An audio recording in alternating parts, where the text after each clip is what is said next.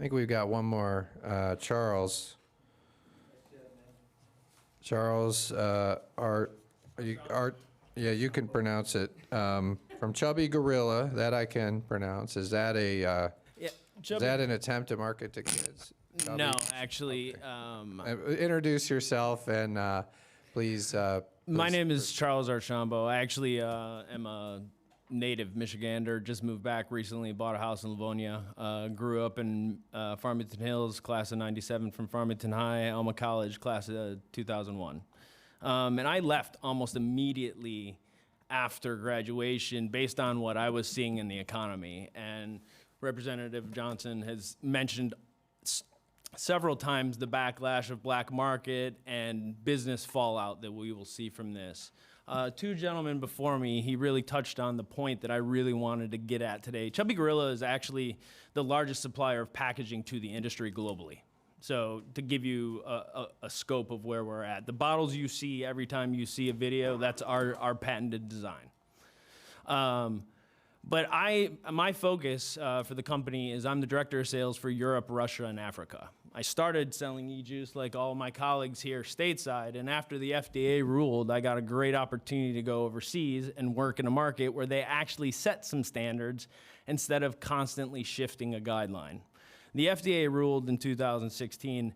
We still have no real direction. The line is constantly moving.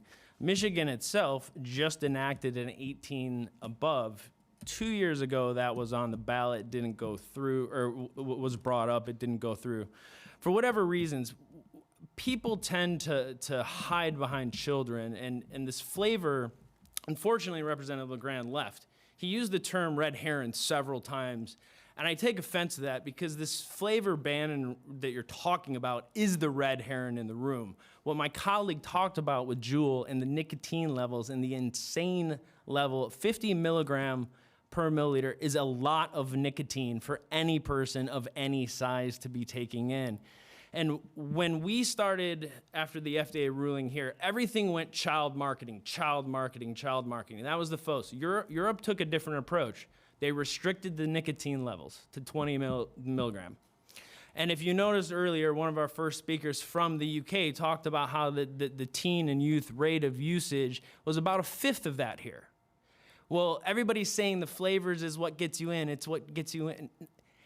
Children, as we all know, which has been well established today, will try what they want to try. They will find a way to get on their hands on it. It's the 50 milligram US, and see, that's the other thing. Vaping is a technology. You have to distinguish between the types of it. It's a disruptive technology. It's a new technology. So I have in my pocket, one of them, my mod. Now this is a sub-ohm device. Can anyone in this room actually tell me the difference between this and a Juul? That's a major problem if you're all gonna plan on legislating on this. You don't know the difference in the technology. So the blanket statement, vaping's a problem. It's already been established. The deaths that Governor Whitmer used as the catalyst for this were from street illicit THC cartridges, something unregulated and black market, which we know historically is a problem.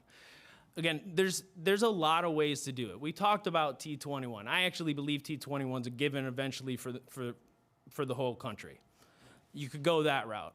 You could do the simple thing, and instead of going flavor ban across the board, do a 6 months temporary nicotine level and start testing those. All I've heard from all the scientists is how we don't have enough data, when there's actually 15 years worth of data out there and studies globally.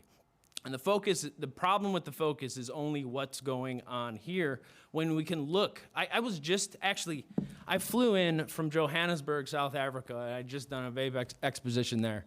And I landed in a layover in Atlanta when I got the wonderful text messages about this announcement coming back.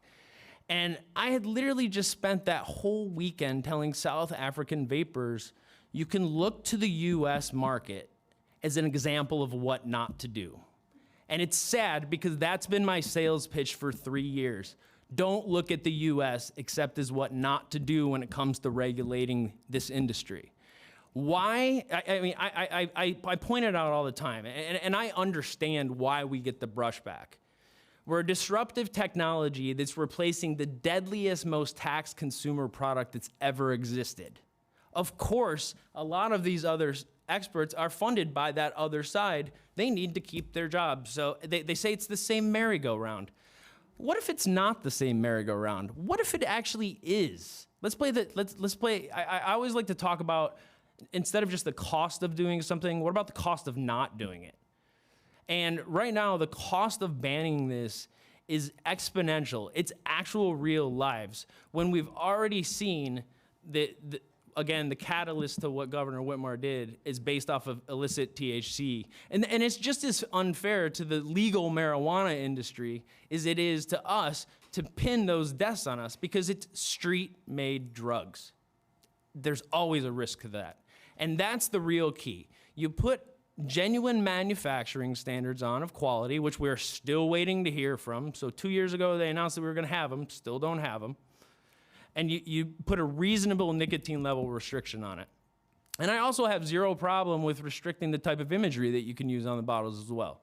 I absolutely have zero tolerance, and you can ask anybody that knows me personally for anything remotely child marketing. I'm very disappointed that Rep. LeGrand is not here at the moment, because I also have a 15-year-old niece in a high school full of teens who vape. But see, unlike him, I didn't stop the conversation there. I continued to ask questions. And do you know what device that they were all using? The same one that you referred to. The little USB-looking one. That's Juul. That's the company who started the child marketing. Look it up. The FDA just called them out on it this week.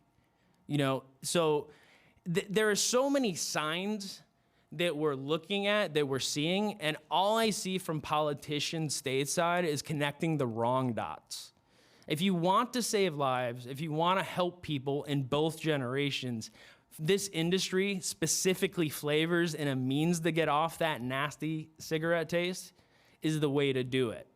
And there needs to be a lot more data done on this, but it was mentioned once about the strange correlation of children who do vape and then don't actually do any other illicit drugs. Don't drink, don't do marijuana, don't do a lot of other things. So again, if there's so much data that needs to be collected, why aren't we collecting it? Jumping to a ban is a knee-jerk reaction. And Governor Whitmer, she was so proud of herself when she said, you know, we're going to lead the way. We're going to change the nation on this. Yeah, we are. We're going to lead the nation right off a cliff and lead people right back to cigarettes. So that's really all I had. I wanted to offer you guys a perspective again, as my primary market is Europe, the only place that actually has any legal standards at the moment. Thank you.